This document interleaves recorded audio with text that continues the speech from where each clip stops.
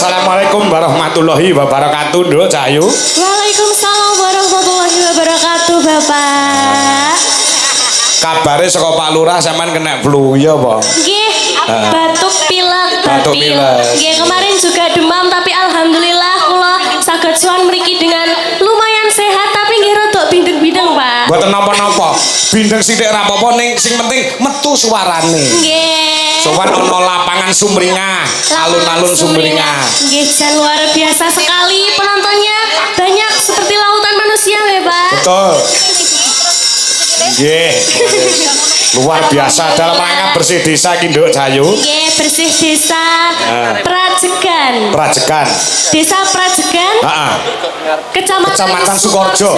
Kabupaten Ponorogo. Alhamdulillah didoakan semoga warga Prajegan Sukorejo semuanya diparingi sehat walafiat, dilancarkan rezekinya nggih Bapak Ibu nggih. Amin. Pokoknya doa terbaik nggih Pak. Dan diucapkan sugeng dalu kagem sedaya para tamu undangan. Ngapunten nggih Pak. Nggih ora apa-apa. Sing penting metu, Nduk. Ora apa-apa. Ngapunten nggih Pak Lurah nggih. Wow, alhamdulillah sampun diparingi tempat transit buat istirahat, Pak. Oh, ngoten. Nggih. Teng pundi? Dateng dalemipun Bapak Lurah. Oh, ngoten. Nggih. Nggih, siap. Ya, wes saiki wis beranjak dewasa ya, Nduk sampean. Alhamdulillah. Wis gede tenan saiki. Nalika sampean ketemu karo Pak Kangko pisanan kan ora semene iki, cilik ngono ya. Nggih, segini. Kira sing jenengan napa sak sogo untu? Oh, sasok kok utuh. Kayak awakmu kelas piro to, Nduk, ketemu karo bapak kae? Kelas 3. Nika awet nyinden nika awal nyinden nggih nderekaken panjenengan. Kelas 3 SD. SD. Saiki kelas piro saiki? Sakniki kula kelas 2 SMA. Kelas 2 SMA. Nggih. Wah, iki. Ngapunten wau dereng salim, Bapak. Nggih. Mbok lek mau mangan ki rada akeh ngono. Lah nggih to. Jajal Mademorono. Pripun? Lho, sawang koringan kaya triplek lho iki. Lek mangan sing rada akeh rada berisi ngono. Nggih, resepe napa nggih, Pak nggih? Dablek mangane akeh. Oh, mboten. Kudu ndablek dhisik Heeh, berarti, iya Pak. kudu dablek sik. Iya. Luar biasa. Nah, saiki wis bersinar ya. Luar biasa tekan ngendi-ngendi ya. Amin. Pangestunipun panjenengan, Bapak. Wis duwe pacar urung? Belum. Oh, belum. Syukur. Aku krungu enek isu-isu kok duwe pacar dalang kok Yojo iki tenan kok. Ya iya. Nek ya ora apa-apa wong. Dalang iki jodone ya sinden kok. Biasanya ngoten nggih, Pak nggih. Iya no, Pak Kangko ya bojone ya sinden buduwi. Bu Dwi. Tunggu leh tutup. Hari ini jenengan sekeluarga besar nderek nggih, Pak. Nggih, nuwun iki. Alhamdulillah. Iki anak wedok, Mbak Tata. Ragile. Do melu kabeh. Ngatur kok bawa pelok, Nduk, saurunge lelagon saka BPD Desa Prajegan. Nyuwun lelagon Kusuma Wijaya, Rara Jonggrang Trisno Wananggana. Kagem Pemdes saha Bapak RT RW masyarakat Prajegan tansah guyub rukun bangun desa. Saking BPD. Bapak Nono raketang sedela, yen ketok suaramu siki. Bawa Bapak. Nggih. Bawa napa niki nggih? Derek pokoke pelok kok ditibakne Kusuma Wijaya. Monggo. Bawa ngidam sari nggih. Boleh. Nanong. Wah.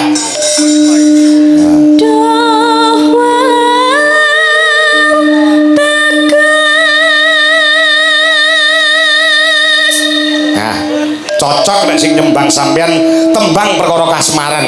Ya.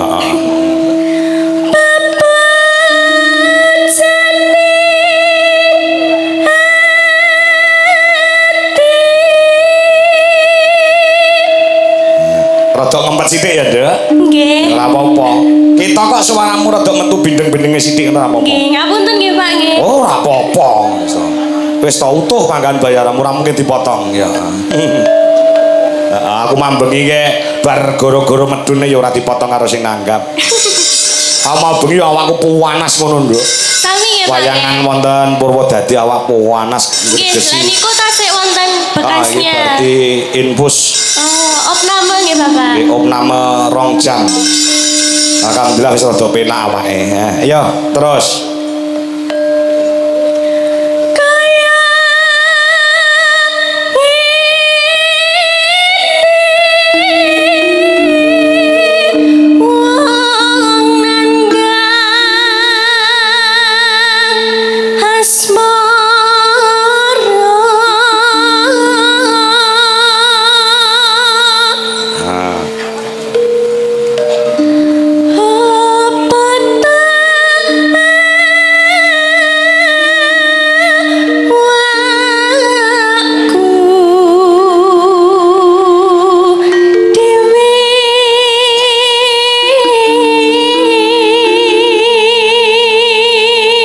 Iki ana bebungah saka BPD Desa Prajekan.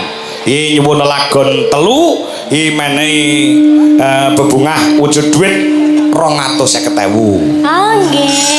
Saking sinten, Bapak? Saking BPD. BPD. Desa Prajekan iki uga ana. Tak wacane sik pisan. Oh, karek minangkani. Assalamualaikum warahmatullahi wabarakatuh. Saya minta gending tangan nengati kami tujukan kepada panitia dan segenap perangkat desa, lebih khusus kepada Mbah Lurah Timbul. Semoga Prajekan tetap jaya di udara. Wassalam. Saking penggemar wayang kulit Wahyu Dianto Dukuh. Ya njaluk gending kangen ning ati. Ki mau saka BPD njaluk lagu Kusuma Wijaya Rara Jonggrang Kresna Waranggana 250.000. Ya gandeng iki njaluk lagu kangen ning ati ora nganggo duit, ora usah dipinangkani iki kok. Apa-apa kelihatan duwite ora jalan saiki. Oh ngono. Dari perangkat desa Prajekan, nyuwun sesideman Gerajakan Banyuwangi pepiling gubuk asmara. Wah iya. Ya ana duwite ya iki. Ana. Ya iki yak mene kae iki. Lo. Pinten niku, Pak? 500.000. Wow, 500.000. Heeh. Ki sing njaluk lagu rene duwite iki kono wae ora usah duwite.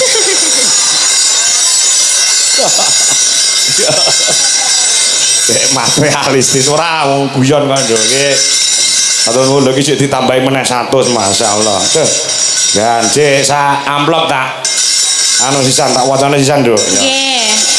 Saking Sono Keling Kepala Desa Tunggur. Nggih, saking Mbah Sono Keling Kepala Desa Tunggur nyuwun gending caping gunung kagem sedaya Demang sekecamatan Sukorjo ugi warga Prajekan. Nggih, Pak Lurah. Saka Desa Tunggur mah iki ya menehi dhuwit 250. Nah, weh. Pun ganep 1 yuta. Pun mboten sah repot-repot Pak Lurah perkara lagu wau dilalekne mawon niki pun mboten 1 yuta. Dadi Alhamdulillah. nggih pun. Terus yo ya. Ya. Duh dewa Jawa Tengah Welasono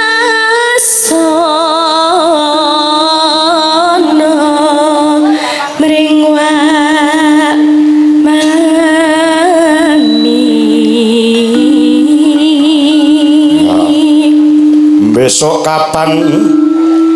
Besok kapan ketekan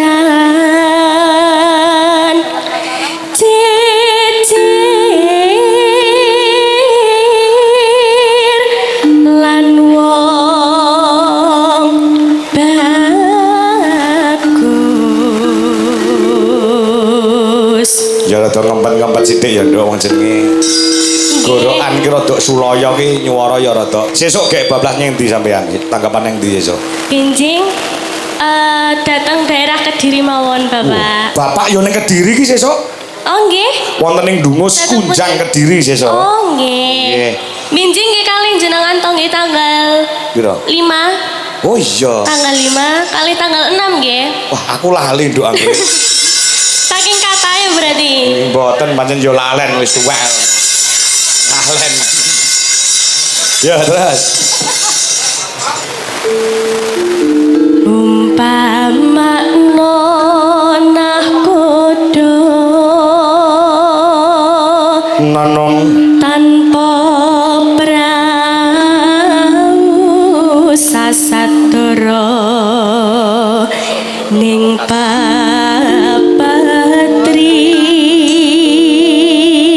Jenengan dugi mriki to, Pak?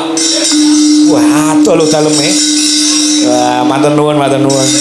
Penggemar berat kenduk tang. Pundi, Bapak? Menika sing asta bakon. Oh, nggih. Saking pundi, Bapak? Pak Dion. Madiun. Madiun. Madiun. Oh, nggih. Pak Santo nggih ta? Pak Santo. Asmara Santo. Mbak nuwun. Nyidam sari as. Nyidam sari as moro.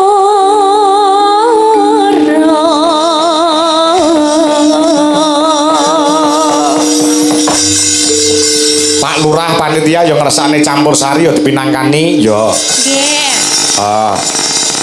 Ana sing nyuwun campur sari ya disembadani, ana sing klasik ya disembadani. Nek tanggal 8 somben ning Sambit ora ngersakne campur sari ya siap. Ya. Yo, lagune Kusuma Wijaya ya, Nduk. Tang. Gamelan plus musik. Oh, ngono ya. Coba kaya apa? Yuk. Kusuma Wijaya katur Bapak BPD. Ya, yo.